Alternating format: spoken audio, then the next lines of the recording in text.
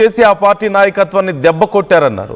BRS పార్టీని కేసీఆర్ను 100 మీటర్ల గొయ్యి తీసి పాతి పెట్టాలంటూ రేవంత్ వ్యాఖ్యలు చేశారు. గ్రామాల్లో బీఆర్ఎస్ దిమ్మలు కూలాలి, బీఆర్ఎస్ లేకుండా చేస్తేనే ఎన్టీఆర్కు నిజమైన నివాళి అంటూ రేవంత్ చేసినటువంటి వ్యాఖ్యలు ఇప్పుడు సంచలనంగా మారాయి.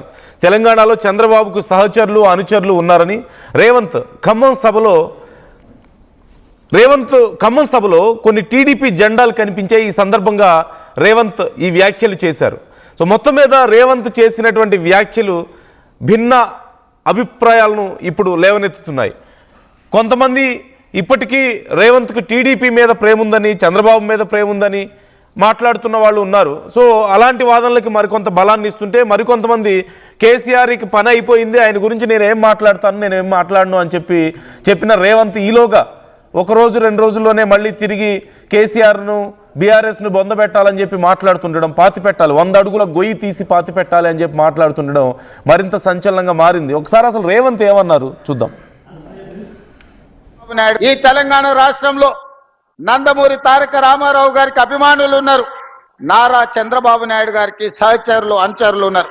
వాళ్ళందరికీ నా విజ్ఞప్తి ఒక్కటే, ఈ తెలంగాణ రాష్ట్రంలో తెలుగుదేశం ఉండొద్దని కక్ష గట్టి ఆ పార్టీ నాయకత్వాన్ని దెబ్బతీసిన చంద్రశేఖరరావును బీఆర్ఎస్ ను సమూలంగా 100 మీటర్ల గోతి తీసి పాతి పెట్టినప్పుడే బీఆర్ఎస్ వాళ్ళు గద్దెలు దిగాలి, ఊర్లలో బీఆర్ఎస్ దిమ్మలు కూలాలి. అప్పుడే నందమూరి తారక రామారావు గారికి నిజమైన నివాళులు అర్పించిన వాళ్ళం అవుతాము. ఆ విధంగా మనము ముందుకు వెళ్లాల్సిన అవసరం ఉన్నది. బీఆర్ఎస్ ను బొందబెట్టాల్సిన బాధ్యత మన అందరి మీద ఉన్నది. 100 అడుగుల గొయ్యి తీసి పాతి పెట్టాలి, బొందబెట్టాలి అంటూ రేవంత్ మాట్లాడుతున్నారు. అప్పుడే నిజంగా నివాళులు అర్పించిన వాళ్ళు అవుతాం అంటున్నారు. ఎన్టీఆర్ వర్ధంతి సందర్భంగా కొన్ని టీడీపీ జెండాలు కూడా రేవంత్ సభలో కనపడడంతో ఆ సందర్భంగా ఆయన ఈ వ్యాఖ్యలు చేయడాన్ని మనం చూస్తున్నాం. సో ఈ అంశానికి సంబంధించి డీటెయిల్స్ తెలుసుకుందాం. మధు జాయిన్ అవుతున్నారు మనతో. మధు, రేవంత్ వ్యాఖ్యల్ని ఎలా చూడాలి? చాలా సందర్భాల్లో మాట్లాడుతుంటారు, ఇంకా టీడీపీ మీద రేవంత్ రెడ్డికి అభిమానం ఉంది అని చెప్పేసి మాట్లాడుతూ ఉంటారు. కొన్ని సందర్భాల్లో ఆయన కూడా ఒప్పుకున్నారు, నేను అక్కడి నుంచే వచ్చాను, నాకు అభిమానం ఎప్పుడు ఉంటుంది చంద్రబాబు అంటే అని చెప్పి మాట్లాడారు. కానీ చంద్రబాబు ఇప్పటికీ చంద్రబాబు ఫాలోవర్గా చూస్తే మాత్రం నేను ఊరుకోనని చెప్పేసి కూడా ఆయన వార్నింగ్ ఇచ్చారు. సో ఇప్పుడు ఈ కామెంట్స్ అసలు స్పెసిఫిక్గా ఏ ఉద్దేశంతో చేశారు అనుకోవాలి? ఈరోజు సీనియర్ ఎన్టీఆర్ కి సంబంధించినటువంటి వర్ధంతి, ఆ సందర్భంలో టీడీపీ జెండాలు కనబడ్డాయి. జనరల్ గా ఖమ్మం గతంలో టీడీపీ కంచుకోట. సో అందులో భాగంగా స్టేట్మెంట్ చేశారు. 2014లో కూడా టీడీపీ ఎమ్మెల్యేగా గెలిచినటువంటి పరిస్థితి ఉంది. అక్కడ ఎమ్మెల్యే గెలిచారు, అంటే ఆఫ్టర్ తెలంగాణ తర్వాత కూడా. ఇప్పుడు ముఖ్యమంత్రి రేవంత్ రెడ్డి మాట్లాడుతూ ఈ స్టేట్మెంట్ చేశారు. బీఆర్ఎస్ పార్టీని కేసీఆర్ ను 100 మీటర్ల గొయ్యి తీసి పాతి పెట్టాలి, గ్రామాల్లో బీఆర్ఎస్ దిమ్మెలు కూలాలనేటువంటి ఒక సంచలన స్టేట్మెంట్ చేశారు. అంటే ఒక రకంగా టీడీపీని లేకుండా చేశారు, సో నేను బీఆర్ఎస్ లేకుండా చేస్తాను అనేటువంటి స్టేట్మెంట్ చాలా క్లారిటీగా ముఖ్యమంత్రి రేవంత్ రెడ్డి ఇచ్చే ప్రయత్నం చేశారు. 2014లో తెలంగాణ వచ్చిన తర్వాత జరిగినటువంటి పరిణామాల నేపథ్యంలో అప్పుడు టీడీపీలోనే ఉన్నారు, టీడీపీ నుంచి ఎమ్మెల్యేగా ఉన్నారు. ఇప్పుడు ఉన్నటువంటి ముఖ్యమంత్రి రేవంత్ రెడ్డి ఓటుకు నోటు కేసులో ఆయన పట్టుబడ్డారు ఆ అంశానికి సంబంధించి.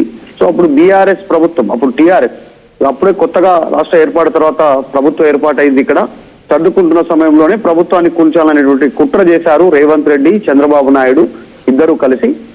అందులో భాగంగానే స్టీఫెన్సన్ ఎమ్మెల్యేను 5 కోట్లకు కొనుగోలు చేసే ప్రయత్నం చేశారు. దాంట్లో కెమెరాలు పెట్టి ఆపరేషన్ లో ఆయనను పట్టుకున్నటువంటి పరిస్థితి, రేవంత్ రెడ్డిని జైలుకు పంపినటువంటి సిచ్యువేషన్. అప్పుడే ఆయన ఛాలెంజ్ చేశారు, బీఆర్ఎస్ ప్రభుత్వాన్ని గద్దెదించుతారనేటువంటిది. సో 2 టర్మ్స్ అయిపోయిన తర్వాత, 2 టర్మ్లు అయిపోయిన తర్వాత రేవంత్ రెడ్డి ముఖ్యమంత్రి అయ్యారు. గతంలో కూడా ఒప్పుకున్నారు రేవంత్ రెడ్డి చంద్రబాబు నా సహచరుడు, ఎస్ గురువు అంటే తప్పేంటి అనేటువంటి స్టేట్మెంట్లు చేశారు. ఇప్పుడు దానికి మద్దతు తెలుపుతూ ఈ స్టేట్మెంట్ చేసినట్టుగా కనిపిస్తా ఉంది.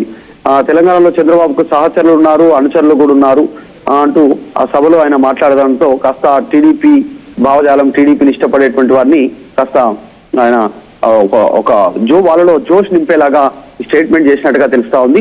సో వచ్చేటువంటి ఎన్నికల్లో బీఆర్ఎస్ లేకుండా చేస్తామనేటువంటి స్టేట్మెంట్ వైరల్ అవుతా ఉంది. రేవంత్ రెడ్డి ఏ కాంటెక్స్ట్ లో అన్నారు, ఎందుకు ఆ మాట మాట్లాడాల్సి వస్తుంది అనేటువంటిది ఒకవైపు టీడీపీ ఆంధ్రప్రదేశ్ లో అక్కడ బీజేపీతో జనసేనతో కలిసి అలయన్స్ లో ఉన్నటువంటి సిచ్యువేషన్. ఇక్కడ బద్ద వ్యతిరేకి బీజేపీకి కాంగ్రెస్ కి. కానీ ఈ స్టేట్మెంట్ చేయడం పైన ప్రస్తుతం చర్చ కొనసాగుతుంది. రేవంత్ రెడ్డి ఆ అంటే స్టేట్మెంట్ చేయడం పైన. తెలంగాణలో టీడీపీ అభిమానుల్ని ఇప్పటికీ చాలా పెద్ద ఎత్తున ఉన్నారు చాలా ప్రాంతాల్లో, ఖమ్మం కానీ నల్గొండ కానీ మీరు చెప్పినట్లుగా, ఇటు హైదరాబాద్లో అయినా సరే. సో వాళ్ళని కొంత తమ వైపు తిప్పుకునే ప్రయత్నమా ఇది? Yes, exactly. అంటే నిజంగానే హైదరాబాద్ బెల్ట్ జిహెచ్ఎంసీ సరౌండింగ్ లో కానీ కొన్ని ప్రాంతాల్లో టీడీపీ చాలా ఇప్పటికీ ఇంకా కొంతమంది టీడీపీ శ్రేణులు ఉంటారు. ఎందుకంటే సెటిలర్స్ ఉన్నారు, వాళ్ళ ప్రభావం కాస్త చూపుతా ఉంటారు. ఎగ్జాంపుల్ కుక్కటిపల్లి కానీ, షేర్లింగంపల్లి కానీ, ఈ ప్రాంతాల్లో గచ్చిబౌలి కానీ, ఈ ప్రాంతాల్లో అంతా సెటిల్ అయినటువంటి పరిస్థితి. వాళ్ళంతా కాస్త ప్రభావం చూపేటువంటి సిచ్యువేషన్ కనిపిస్తూ ఉంటుంది. ఎవ్రీ టైం ప్రతి ఎలక్షన్ లో సెటిలర్స్ కీలకమైనటువంటి పార్టీలు నిర్ణయాలు తీసుకుంటే ఆ కాంటెక్స్ట్ లో మాట్లాడారు. దానికి రీజన్ వచ్చేటువంటి మున్సిపల్, వచ్చేటువంటి జిహెచ్ఎంసీ ఎన్నికలను దృష్టిలో పెట్టుకొని కూడా రేవంత్ రెడ్డి కామెంట్ చేసి ఉండొచ్చు. జనరల్ గా పొలిటీషియన్స్ పాలిటిక్స్ ని దృష్టిలో పెట్టుకొని మాట్లాడుతూ ఉంటారు. అందులో భాగంగా చేశారు. అంటే మళ్ళీ టీఆర్ఎస్ ని దెబ్బ కొట్టాలంటే టీడీపీని కాస్త జోష్ పెంచేలాగా, టీడీపీ కార్యకర్తలు తమ వైపు తిప్పుకునేలాగా స్టేట్మెంట్ చేశారు. రేవంత్ రెడ్డి ముఖ్యమంత్రి అయిన తర్వాత కూడా టీడీపీ ఆఫీస్ దగ్గర సంబరాలు చేసుకున్నారు, పటాకులు కాల్చారు, ర్యాలీలు తీశారు రేవంత్ రెడ్డికి మద్దతుగా. ఎందుకంటే టీడీపీ నుంచి వచ్చినటువంటి ఆయన యాప్ చేసుకున్నారు, ఓన్ చేసుకున్నటువంటి సిచ్యువేషన్. సో అప్పుడు గతంలో జరిగినటువంటి 2014 తర్వాత జరిగినటువంటి స్టింగ్ ఆపరేషన్ లో రేవంత్ రెడ్డి డబ్బులు ఇస్తూ దొరకడము, తర్వాత ఆయన జైలుకి వెళ్ళడము, చంద్రబాబు నాయుడు పూర్తిగా మకామంతా ఆంధ్రప్రదేశ్ కు మార్చడము, ఇవన్నీ జరిగిన పరిణామాలు. అంటే టీడీపీ లేకుండా బీఆర్ఎస్ అప్పుడు చేసినటువంటి మాట వాస్తవం. తెలంగాణలో ఇప్పుడు టీడీపీ పేరు లేదు.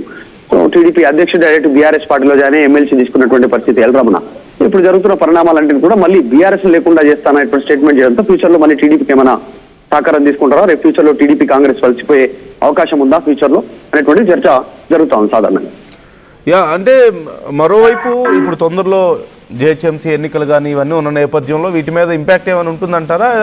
అలాగే కేసీఆర్ గురించి నేను పెద్దగా ఫోకస్ చేయను, ఆయన పని అయిపోయిందని చెప్పి రేవంత్ రెడ్డి మాట్లాడారు. ఎక్కువ సమయం కూడా గడవలేదు, మళ్ళీ ఈలోగానే బీఆర్ఎస్ను కేసీఆర్ని 100 అడుగుల కొయ్యి తీసి బొందబెట్టాలని చెప్పేసి మాట్లాడుతున్నారు. So how can we understand this? Exactly. సాధారణంగా పొలిటికల్ గా ఇట్లాంటి అంటే అవతల పార్టీకి సంబంధించినటువంటి నాయకులను కానీ కార్యకర్తలను కానీ మనోస్థైర్యం దెబ్బతీసేలాంటి స్టేట్మెంట్స్ ఇవన్నీ కూడా సాధారణంగా పొలిటికల్ గా ఉండేటివి ఒకప్పుడు కూడా. ఇప్పుడు టీడీపీ పని అయిపోయింది అనేటువంటిది బీఆర్ఎస్ ఎంతైతే ప్రచారం చేసిందో ఆ రకంగా టీడీపీ ఖతం అయిపోయింది ఇక్కడ తెలంగాణలో. సో ఇప్పుడు కూడా కేసీఆర్ నిజంగానే ఫామ్ హౌస్ కు పరిమితం అయిపోయారు. ఆయన సర్జరీ అయింది, ఓటమి, తర్వాత పార్లమెంట్ ఎన్నికల్లో దాదాపు 0 పర్ఫార్మెన్స్, వీటన్నిటి నేపథ్యంలో పదే పదే గుర్తు చేస్తూ మోరల్ గా దెబ్బతీసేటువంటి ప్రయత్నం. ఇది కూడా ఒక రకమైనటువంటి పాలిటిక్స్, ఇది కూడా ఒక రకమైనటువంటి మనోధైర్యాన్ని దెబ్బతీసేటువంటి పాలిటిక్సే. కాబట్టి సాధారణంగా చేసి ఉంటారు. కానీ కేసీఆర్ అంత సాధారణ వ్యక్తి ఏం కాదు. దేశంలో ఉన్నటువంటి అన్ని రాజకీయ పార్టీలను ఒప్పించి తెలంగాణ సాధించినటువంటి ఒక రాజకీయ నాయకుడు, పరిణతి చెందినటువంటి రాజకీయ నాయకుడిగా పేరుంది కేసీఆర్ కి. సాధారణంగా మనందరూ తెలుసు కేసీఆర్ అంతా ఈజీగా ఉండదు. ఆయన చాలా సూక్ష్మ రాజకీయాలు చేస్తారు, చాలా సూక్ష్మంగా వెళ్ళిపోతారు, చాలా డెప్త్ లోకి వెళ్ళిపోయి రాజకీయాలు చేస్తారు. ఇప్పుడు చాలా సైలెంట్ గా ఉన్నారు, మొన్న వచ్చారు, మాట్లాడారు, వెళ్ళిపోయారు. సో వివరచన చేస్తా ఉన్నారు. కేసీఆర్ అంతా ఈజీగా రాజకీయాల్లో పార్టీ పూర్తిగా భూస్థాపితమైనటువంటి సిచ్యువేషన్ ఉండకపోవచ్చు. ఒకవేళ ఫ్యూచర్ లో అనుకుంటే మేబీ ఎవరితో అలయన్స్ లో భాగంగా ముందుకు వెళ్ళొచ్చు. గతంలో కూడా బీఆర్ఎస్ అట్లా వెళ్ళింది, కానీ పూర్తిగా రాజకీయాల్లో లేకుండా బీఆర్ఎస్ పార్టీ లేకుండా ఉండేటువంటి సిచ్యువేషన్ లేదు. సో జనరల్ గా వ్యూహాత్మకంగా రేవంత్ రెడ్డి ఆ స్టేట్మెంట్ చేసి ఉండొచ్చు. Right. Thank you Madhu, thanks for the details. మొత్తం మీద రేవంత్ రెడ్డి చేసిన వ్యాఖ్యలు సంచలనంగా మారాయి. ఆయన సభలో కొన్ని టీడీపీ జెండాలు కనిపించడం కూడా ఇక్కడ చాలా కీలకమైనటువంటి అంశం. అంటే ఇప్పటికీ రేవంత్ రెడ్డిని చాలామంది నాయకులు కూడా చాలా సందర్భాల్లో ఆయన గురించి మాట్లాడుతూ ఇప్పటికీ టీడీపీ మనిషి అని మాట్లాడుతుంటారు, లేదంటే చంద్రబాబు మనిషి అని మాట్లాడుతూ ఉంటారు. ఆ విషయంలో రేవంత్ చాలా సీరియస్ అయ్యారు కూడా గతంలో. అట్ ది సేమ్ టైం నాకు అభిమానం అయితే ఉంటుందన్న విషయాన్ని ఆయన చాలా బాహాటంగానే ఒప్పుకున్నారు. నేను అక్కడి నుంచే వచ్చాను, నా మూలాలు అక్కడే ఉన్నాయి, నాకు రాజకీయ భవిష్యత్తునిచ్చినటువంటి వాళ్ళకి ఖచ్చితంగా నేను ఎప్పుడు నా ఎఫెక్షన్ వాళ్ళ మీద ఉంటుంది అని చెప్పేసి ఆయన మాట్లాడారు. కానీ ఇంత బహిరంగంగా టీడీపీని నాశనం చేసిన వాళ్ళు, లేదంటే ఎన్టీఆర్ని ఇక్కడ లేకుండా చేసిన వాళ్ళు బీఆర్ఎస్ఏ దీని అంతటికి కారణం 100 అడుగుల కొయ్యి తీసి వీళ్ళని పాతి పెట్టాలని చెప్పేసి మాట్లాడుతున్నటువంటి మాటలు కొంత సంచలనంగా మారాయి. ఇంకో 2 రోజుల క్రితమే మనం చూసాం. ఇక నేను కేసీఆర్ గురించి మాట్లాడను, అయిపోయింది, ఆయన పని అయిపోయింది, ఆయన గురించి మాట్లాడేందుకు నేను అవసరం లేదు నాకు అని చెప్పేసి మాట్లాడారు. కానీ ఈలోగానే ఇలాంటి కామెంట్స్ చేయడం కూడా కొంత ఇంట్రెస్టింగ్గా మారుతున్నాయి. మరొకసారి రేవంత్ ఏమన్నారు అంటే at the same time Revanth ఏం ఎక్స్పెక్ట్ చేస్తున్నారు? ఇప్పుడు రేవంత్ చేసినటువంటి ఈ వ్యాఖ్యల్ని మీరు సమర్థిస్తున్నారా అని ఆర్టీవీ అడిగినటువంటి ప్రశ్నకు చాలామంది రెస్పాండ్